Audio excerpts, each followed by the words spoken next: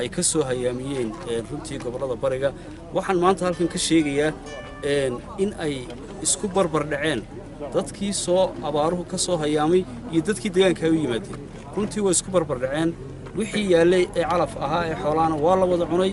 wixii kale ee calaf ahaana waa la wada cunay maanta waxa weeye dhammaan dadkii hore u deganaa iyo dadkii u yimiba waa isku itaal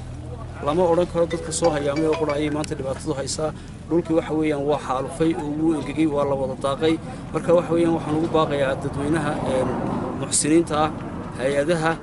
xisbiyada qaranka dhammaantood inay ka soo qayb qaataan gurmadka loogu jiro taakulanka abaaraha waxaan ognahay inay abaarahan waddankeena haysteen muddo aad u fara badan maantana ay marayaan halkii ugu dambaysay waxaan jecelahay iyada oo duruufta noocaasa lagu jiro maanta looma baahna dadkeennii oo abaaruhu bari iyo galbeedba ay aafeeyeen inaynu hudheellada waaweyn ee magaalooyinka kooke iyo keeg aynu isla dhacno innagoo leh kooxeble iyo dadheblo ayaa xisbi hebel soo galay maanta waxay ila tahay arrinkaasu inaanu ol waxa keliya inoo yaallaa inuu yahay sidii aynu ugu gurman lahayn taakulada u gaadhsiin lahayn wixii aynu haysalo ula naf qaybsan lahayn dadka abaaruhu saameeyeen mar labaad baan ku celinayaa annagu ka gobol ahaan waa soo dhowaynaynaa cid kasta oo dadka abaaruhu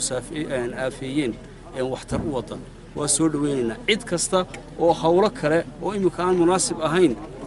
ku hawlanna gobol ahaan ma soo dhowaynayno runtii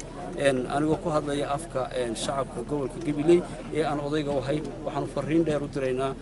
ciddii taakulo nagala qayb qaadanaysa welcome waa soo dhowaynaynaa ciddii kale waxa weeyaan hawlo kale iyo campaign xisbi iyo olole iyo dad hudheelo lagu casuumay iyo u socota maanta gobolku inaanu diyaar u ahayn baanu leenahay walaalayaal oo aanay munaasib ahayn waxa kaliya munaasabkii uu yahay in dadka abaaruhu aafeeyeen loo gurmado xisbiyo ururo tijaar maalqabeen xukuumad cid kastaba inaynu gurmano ayaa waxa weeyaan inoo gudboon waxaan jecelahay halkan inaan uga mahadnaqo guddida abaaraha taakuleynta abaaraha ee gobolka Gabiley waxaan kaloo jecelahay in aad iyo aad ugu mahadnaqo guddida abaaraha heer qaran oo iyaguna mar kastaba wixii gacantooda soo gaadha wixii saami ay uga helaan dadkan gobolada galbeedka Gabiley iyo awdalba la soo gaarsiiya iyagana waxaan leeyahay dadaalkiina si laban laaba. Assalaamu calaykum wa rahmatullaahi wa barakaatuh.